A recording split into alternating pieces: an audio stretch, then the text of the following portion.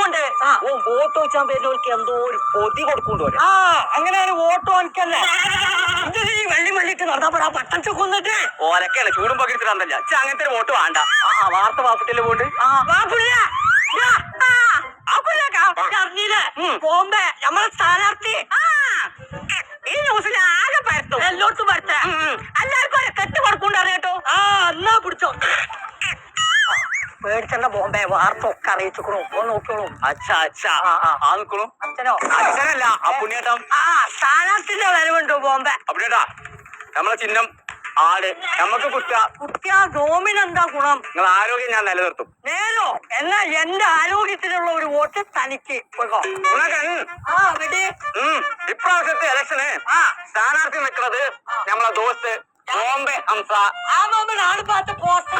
അതാ ചിഹ്നം ആട്. ചിന്നാടാ ചിന്നാടല്ല ചിഹ്നം ആട്.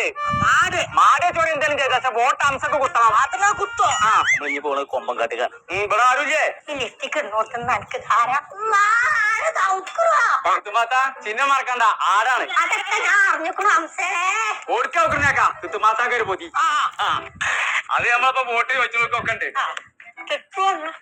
വാട്സപ്പില് റീപ്ലൈ തരാത്തേ കണ്ടടി ഹംസത് കൊടുന്നാ നിക്കണേ. രാവിലെ ഹംസേ ഇതിനും വേണ്ടി ഞാൻ ഇവിടെ ആ പെട്ടിയില് താക്കത്തിന്റെ ആട്ടിലേന്നു. ഞാൻ വിചാരിച്ച പൈസന്റെ കെട്ടാണെന്നേ. പൈസ കൊടുത്തിട്ട് ഒരു കുത്തേക്കെ വെച്ചോളൂ. ഹംസക്ക് വോട്ട് ചെയ്യണ്ട. നാട്ടിൽ വികസനം ഉണ്ടോ ഇല്ലേ എന്നുള്ള ഹംസക്ക് നോക്കേണ്ട ആവശ്യമില്ല. ആരോഗ്യമുള്ള ജനതയാണ് ഹംസന്റെ ലക്ഷ്യം. തുത്തുമാത്ത ഹംസക്ക് വോട്ട് വെച്ചോ. അവക്കുറ് കൂടെ ഉണ്ടെങ്കിൽ എന്റെ വോട്ട് ഹംസക്കല്ല. ബോംബെ ഇതിന്റെ ഉള്ളില് ആട്ടിലേക്ക് ഇനിയില്ലേ നമ്മളെ നാട്ടിൽ കാട്ടും കൂടും കോഴിക്കൂടും എല്ലാം കൊടുക്കണം. ആടിനെ തിന്ന് ആരോഗ്യം കൊടുക്കണ്ടേ. എന്നാ ബാക്കിയുള്ള പെട്ടികൾ മൊത്തം ഞാൻ തിന്നു. ചങ്ങളെ പാർട്ടി ഏതായിക്കോട്ടെ